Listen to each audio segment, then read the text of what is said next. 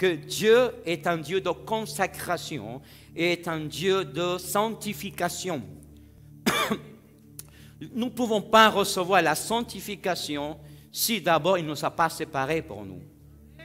Vous comprenez le principe? Je vous donne un fondement d'abord. Parce que les gens disent, non, je cherche la sanctification, mais sans la consacration.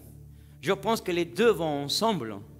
Il n'y a pas de sanctification sans consacration. La Bible dit en 1 Corinthiens, tu peux mettre Sharonda 1 Corinthiens. 1 Corinthiens, dis-lui. 1 Corinthiens, dit la Bible qu'il nous a donné à un prix cher. À un prix cher. Il nous a acheté à un prix cher. Ce prix cher a été le prix du sang de Jésus-Christ. Quand il est mort et il a ressuscité, il a racheté le corps de Christ. Il a racheté l'Église. Amen. Au moment qu'il a donné un prix, ça veut dire qu'il a séparé pour lui, pour Jésus-Christ. Alléluia. Donc d'abord, il nous a séparés et il nous a lavés par son sang. Il nous a sanctifiés par son sang. Il nous a purifiés par son sang. Alléluia. Vous ne pouvez pas être consacré, être dans l'Église et être dans les choses du monde et être sanctifié. Ça ne marche pas. Ça ne fonctionne pas. Peut-être vous l'avez essayé, mais ça n'a pas marché. Les choses marchent quand vraiment tu as la conviction que tu es séparé pour Dieu. OK? Donc, c'est pour cela que dans le livre d'Exode, on voit que la famille d'Aaron représente l'Église. La famille d'Aaron dans l'Ancien Testament représente l'Église. Parce que seulement, Estelle, on voit dans l'Ancien Testament que seulement Dieu a consacré, séparé la famille d'Aaron et pas d'autres. Cela représente que Dieu a séparé l'Église, l'a consacrée, l'a oint. Aujourd'hui, nous sommes consacrés, séparés à travers le prix et la mort, la résurrection de Jésus-Christ. Amen. Ça veut dire que tu ne t'appartiens pas. Dis le livre en Corinthe, très vite. Je ne sais pas si vous l'avez marqué, Daniel ou pas. En Corinthe, chapitre 6, verset 20.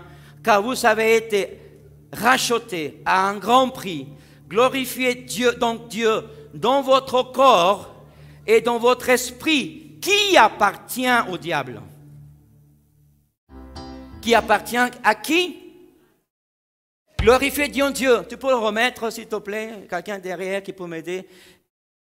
Non, ce n'est pas juge, mon garçon.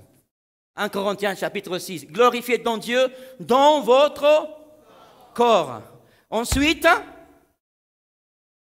et dans votre esprit, spirituel et physiquement, qui appartient à Dieu.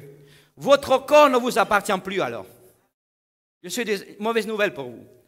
Votre vie ne vous appartient pas. Appartient à Dieu. Pourquoi, pasteur? Parce qu'il a payé un grand prix pour vous. Ma vie ne m'appartient pas. Elle appartient à Jésus. Amen.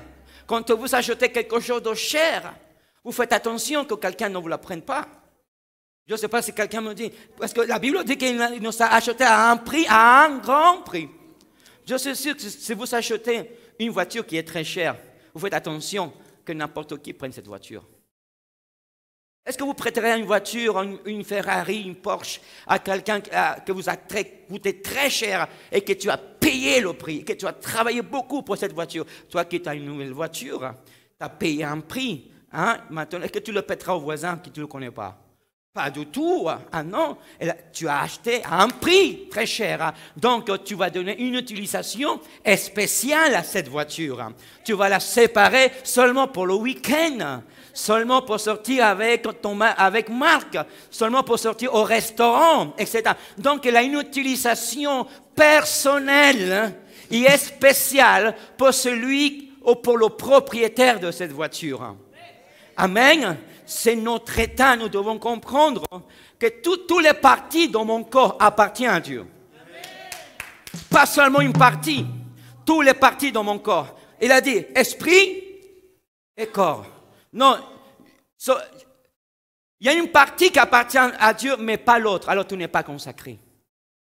Non, Seulement un domaine dans ma vie, mais pas mes finances, tu n'es pas consacré. Elle a dit, tout esprit et corps appartient à Dieu. Mes émotions appartiennent à Dieu. Mes pensées appartiennent à Dieu. Mon corps appartient à Dieu. Faites attention parce que vous ne pouvez pas prêter votre corps parce que ça appartient à Dieu. Vous ne pouvez pas prêter votre corps au monde parce que ça appartient à Dieu.